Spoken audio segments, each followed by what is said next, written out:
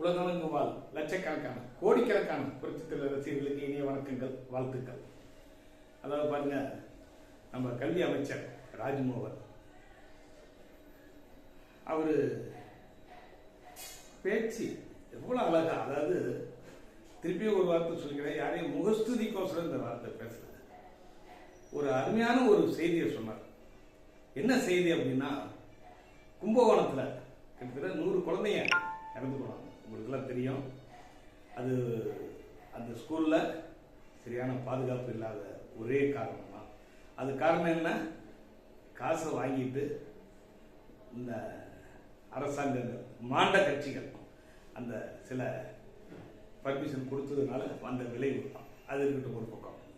அதில் பாருங்க, ஒரு குழந்தை மட்டும் தப்பிச்சது. எனக்கு தெரியாது இந்த விஷயம். நேற்று அவர் பேட்டியை பார்த்துட்டு தான் எனக்கு தெரியும். ஒரே ஒரு குழந்தை பாருங்க, சப் கலெக்டர் படிச்சு சப் கலெக்டர் ஆகி அந்த சர்டிஃபிகேட் கொண்டு வந்து அமைச்சர் பாருங்க. அவர் வேதனையோட சொன்ன வார்த்தை தான் என் இதயத்தை அப்படியே புளியுது. அவர் என்ன சொல்றாரு, இன்னும் எத்தனை குழந்தைகள் டாக்டர் ஆகவும், இன்ஜினியர் ஆகவும், எவ்வளோ வக்கீலாகவும், எவ்வளோ படிச்சு இந்த நாட்டுக்கு, சமுதாயத்துக்கு ஒரு பயன் தரக்கூடிய பிஞ்சு குழந்தைகள், எதுவுமே தெரியாத குழந்தைகளை 100 பேரை அள்ளி கொடுத்து, வாரி கொடுத்து பாருங்க. இதுல ஆண்டவனுடைய கருணையா ஒன்று சொல்லிக்கிறேன். அந்த குழந்தைகள், இறந்த குழந்தைகளுக்கு ஒரு ஜவுளி கடைக்காரர், அவர் ஜெயின்னு சொல்லுவாங்க. ஆக்சுவலி என்ன மீதி எனக்கு முழு டீட்டெயில் தெரியாது. இது நடந்தது நல்லா தெரிஞ்சுங்க. 2008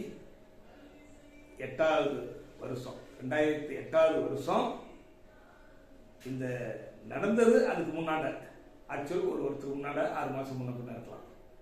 2007-08 எனக்கு சரியா ஞாபகம் இல்லை. நான் 2006 ஆபரேஷன் பண்ண பிறகு வீட்டை விட்டு வெளியே வராமல் இருக்கிறேன். கிட்டத்தட்ட அவர் எனக்கு ஃபோன் பண்றாரு. ஃபோன் பண்ணி 100 குழந்தைகளுக்கு குடும்பங்களுக்கு தலைக்கு 5000 ரூபாய், கிட்டத்தட்ட 5 லட்சம் ரூபாய். அன்னைக்கு அது பெரிய தொகை தான். அதை அன்றைய அரசாங்கத்தினுடைய ஒரு அமைச்சர் மூலியமா இதை நாங்கள் கொடுக்குறோம், நீங்க தான் உங்களுடைய டான்ஸ் ப்ரோக்ராம் நீங்க இதில் நீங்க கலந்துக்கணும் சார். நான் ஆப்ரேஷன் பண்ணிட்டு இருக்கிறேன், முதல் ஃபங்க்ஷனா நீங்க கூப்பிடுறீங்க, இது 3 மாசம் முன்னாடியே கூப்பிடுறேன். ரொம்ப சந்தோஷப்பட்டேன்.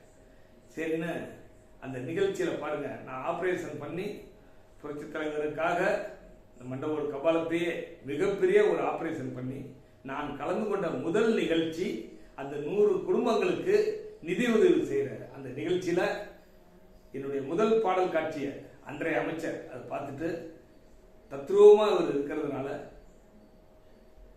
இவர் எம்ஜிஆர் கூட இருந்தே நான் கொடுக்குறேன்னு சொல்லிட்டு 100 குடும்பங்களுக்கு செக்கு நாங்கள் 2 பேர் தான் கொடுத்தோம்.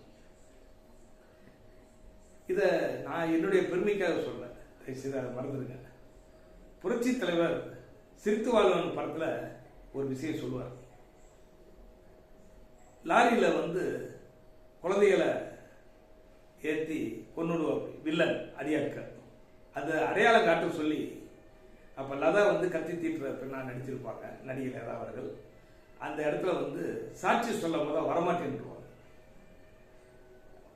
சொல்ல உன்ன கோபத்தோட அந்த அம்மா, அவங்க லதாம்மா கையை பிடிச்சி தரன்னு இழுத்துட்டு போய் இந்த பிஞ்சு குழந்தைகளை மூஞ்சப்பாரு, இதுல எத்தனை பேர் சட்டம் படிக்கலாம், மாமேதை ஆகலாம், பெருந்தலைவர்கள் ஆகலாம் அப்படின்னு சொல்லி அப்படியே சொல்லுவார். இந்த குழந்தைகள் எதிர்காலத்துல டாக்டர் ஆகலாம், இன்ஜினியர் ஆகலாம், மாபெரும் தலைவர்கள் ஆகலாம். இதெல்லாம் உனக்கென்ன கவலை, யார் வீட்டு குழந்தை தானே பிடிச்சு திட்டுவார். மறாததால் எந்த பிரச்சனையும் இல்லாமல் சாட்சி சொல்லுவாங்க. பாருங்க, இதெல்லாம் இந்த இன்றைய அவர் ராஜ்குமார் அவர்கள் சொல்லும் போது எனக்கு அவர் சிரித்து வாழ்வன் படத்துல புரட்சி தலைவர் அவர் பேசின வசனங்கள் தான் ஞாபகத்தில் வருது. அந்த 100 குடும்பத்துல நானும் சம்பந்தப்பட்டிருக்கேங்கிற போது சந்தோஷமா இருக்கு. அந்த ஒரு 100 குடும்பத்துக்கு உதவி செய்யறது உடனே தவறான முறையில் கணக்கு பண்றாரு. 100 குடும்பங்களுக்கும் ஒருத்தர் 5 லட்சம் ரூபாய்க்கு நிதி கொடுக்குறாரு ஒரு ஃபங்க்ஷன் கூட்டம் அப்படின்னு சொன்னா, ஒரு ஜவுளி கடை இன்னைக்கு அந்த ஜவுளி கடை இருக்கு. மீதி அவங்க எல்லாம் ஓனர் பேரெல்லாம் மறந்து போச்சு. அப்ப பாருங்க, இந்த மாதிரி ஒரு குழந்தைகளுக்கு கல்வி அப்படிங்கிறது ஆணி பேர், ஒரு நாட்டினுடைய ஆணி பேர் குழந்தைகளுக்கு கல்வி. அதுல இந்த லஞ்சம் ஊழல் தலைவரிச்சு ஆடிட்டு இருந்தது மாண்ட கட்சிகள். இன்னைக்கு இப்ப புரட்சி தலைவர் வழியில் தம்பி தளபதி விஜய் அவர்களுடைய நல்ல ஆட்சி நடக்குதுங்கிறதுக்கு இது ஒரு உதாரணமா சொல்றேன். நம்ம அமைச்சர் ராஜ்மோகன் அவர்கள் இந்த சீரிய பணியை அற்புதமா அவர் பேசும்போதே திருப்பி சொல்லிக்கிறேன், அற்புதமான முறையில் அவரை பாராட்ட வார்த்தைகளே இல்லை. ஒரு நல்ல மனிதர்கள் மனசுல இருந்து பேசக்கூடிய வார்த்தைகளுக்கு தடையே இல்லாம இருக்கும் பாருங்க. எவன் பொய் பேசுறான் எவன் உண்மையை பேசுறான்னு பார்த்தோன்னே கண்டுபிடிச்சிடலாம். அதனால இந்த ஆட்சியில ராஜ்மோகன் அவர் சொன்ன கருத்து கல்வியாளர்கள்லாம் இதை மனசுல வச்சுக்கிட்டு தன்னுடைய ஸ்கூல் குழந்தைகளை காப்பாற்றும் வழியில எத்தனை வழி இருக்கோ அத்தனையும் சரி பண்ணுங்க. அதெல்லாம் தயவு செய்து எல்லா ஸ்கூல்லையும் எல்லா குழந்தைகளும் நல்லா வரணும், வளர்ந்து ஆளாகணும். இந்த நாட்டை காப்பாற்றக்கூடிய அத்தனை துறைகள்லேயே இருந்து அவங்க செஞ்சு செழிப்போடு இருக்கணுங்கிறத இந்த நேரத்தில் வேண்டிக்கிறேன்.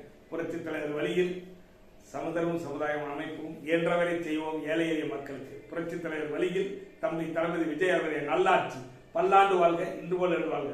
புரட்சி தலைவர் நாமம் வாழ்க. வணக்கம்.